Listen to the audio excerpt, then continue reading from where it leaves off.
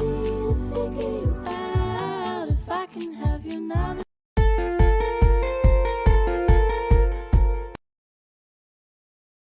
Anatomi fisiologi jantung. Jantung merupakan organ muskular berongga berbentuk kerucut piramida terbalik, letak di dalam perikardium pada mediastinum. Jantung dibagi ke dalam 4 bagian, yaitu atrium dextra, atrium sinistra, ventricle dextra, dan ventricle sinistra. Fungsi jantung adalah memompa darah ke seluruh tubuh.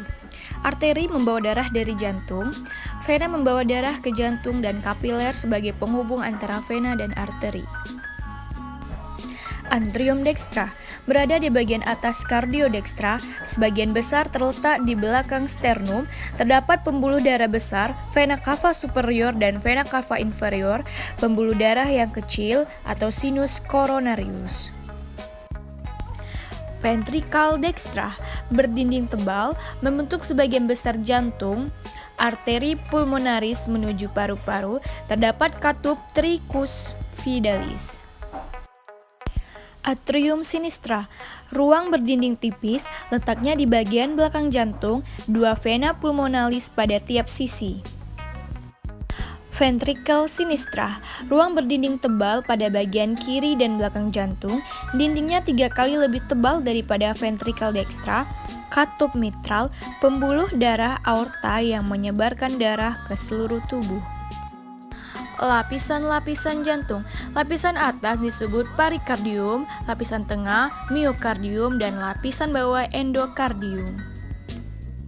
Pembuluh darah yang tersambung ke jantung. Jantung dextra, vena cava superior dan vena cava inferior menuangkan darah ke atrium kanan. Terdapat katup seminular euctarinus kaya akan karbon dioksida.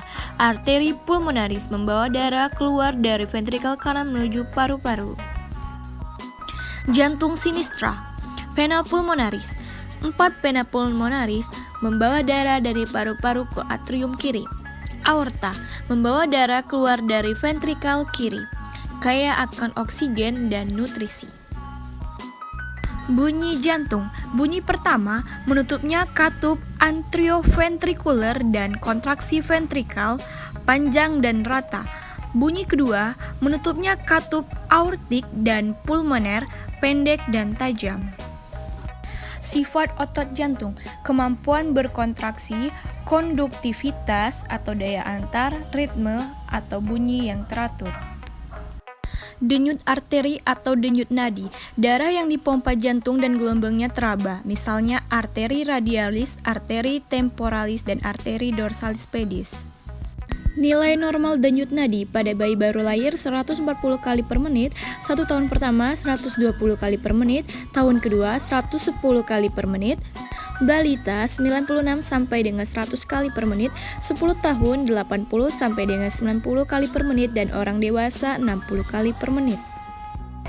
Faktor yang mempengaruhi denyut nadi yaitu lifestyle, pekerjaan, makanan, umur, dan juga emosi. Faktor yang mempertahankan tekanan darah, banyaknya darah yang beredar, kekentalan darah, elastisitas dinding pembuluh darah, dan tahanan tepi. Anatomi dan fisiologi sistem pernapasan. Pernapasan atau respirasi adalah suatu proses pengambilan udara yang mengandung oksigen, O2, pengeluaran karbon dioksida, CO2, ke lingkungan. Oksigen yang dibutuhkan untuk proses respirasi sel ini berasal dari atmosfer, yang menyediakan kandungan gas oksigen sebanyak 21% dan seluruh gas yang ada. Manusia membutuhkan suplai oksigen secara terus-menerus untuk proses respirasi sel dan membuang kelebihan karbon dioksida sebagai limbah beracun produk dari proses tersebut. Pertukaran gas antara oksigen dengan karbon dioksida dilakukan agar proses respirasi sel terus berlangsung. Respirasi dapat dibedakan atas 2 jenis, yaitu respirasi luar, pertukaran antara O2 dan CO2 antara darah dan udara, respirasi dalam, pertukaran O2 dan CO2 dari aliran darah ke sel-sel tubuh. Respirasi dilakukan dengan 2 cara, yang pertama respirasi dada, dan yang kedua yaitu respirasi perut. Alat-alat pernapasan yang pertama, cavum nasalis yaitu rongga hidung, yang kedua faring atau tenggorokan, yang ketiga laring atau pangkal tenggorokan, yang keempat trakea atau batang tenggorokan, yang kelima bronkus atau cabang batang tenggorokan, dan yang keenam pulmo atau paru-paru. Cavum nasalis, udara yang dihirup dari lubang akan membawa zat kimia seperti aroma. Udara tersebut disaring bulu hidung, kemudian zat kimia yang terbawa udara akan melebur bersama dengan lendir di dalam rongga hidung.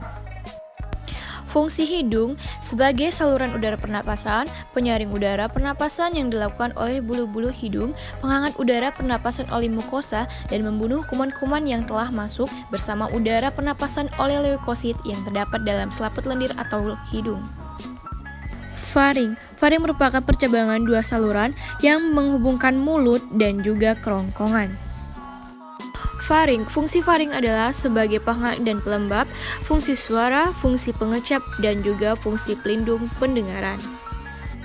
Laring merupakan organ berongga dengan panjang 42 mm dan diameter 40 mm.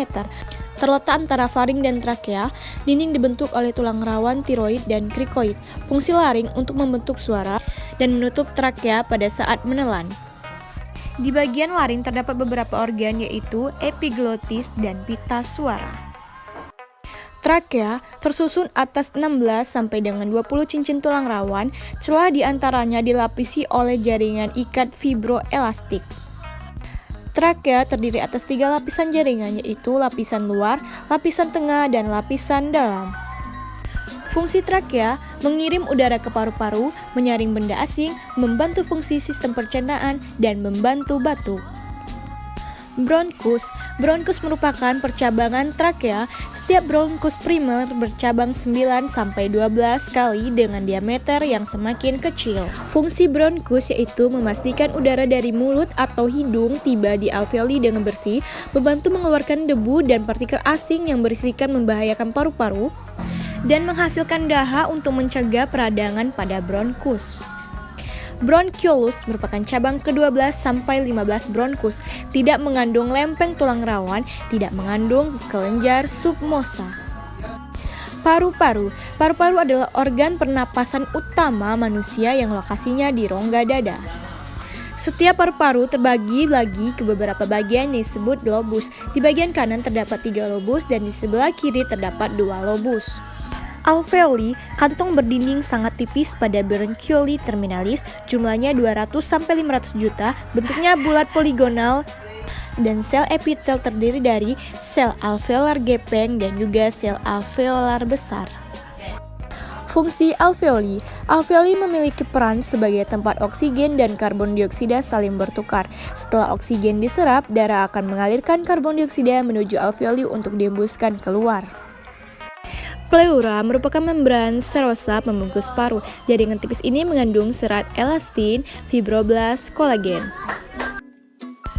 Fungsi pleura membantu mengoptimalkan fungsi paru-paru saat pernapasan. Sebagai kantong tempat paru-paru menukar oksigen dari udara dengan karbon dioksida yang ada di darah, fungsi mekanis pleura adalah meneruskan tekanan negatif toraks ke dalam paru-paru.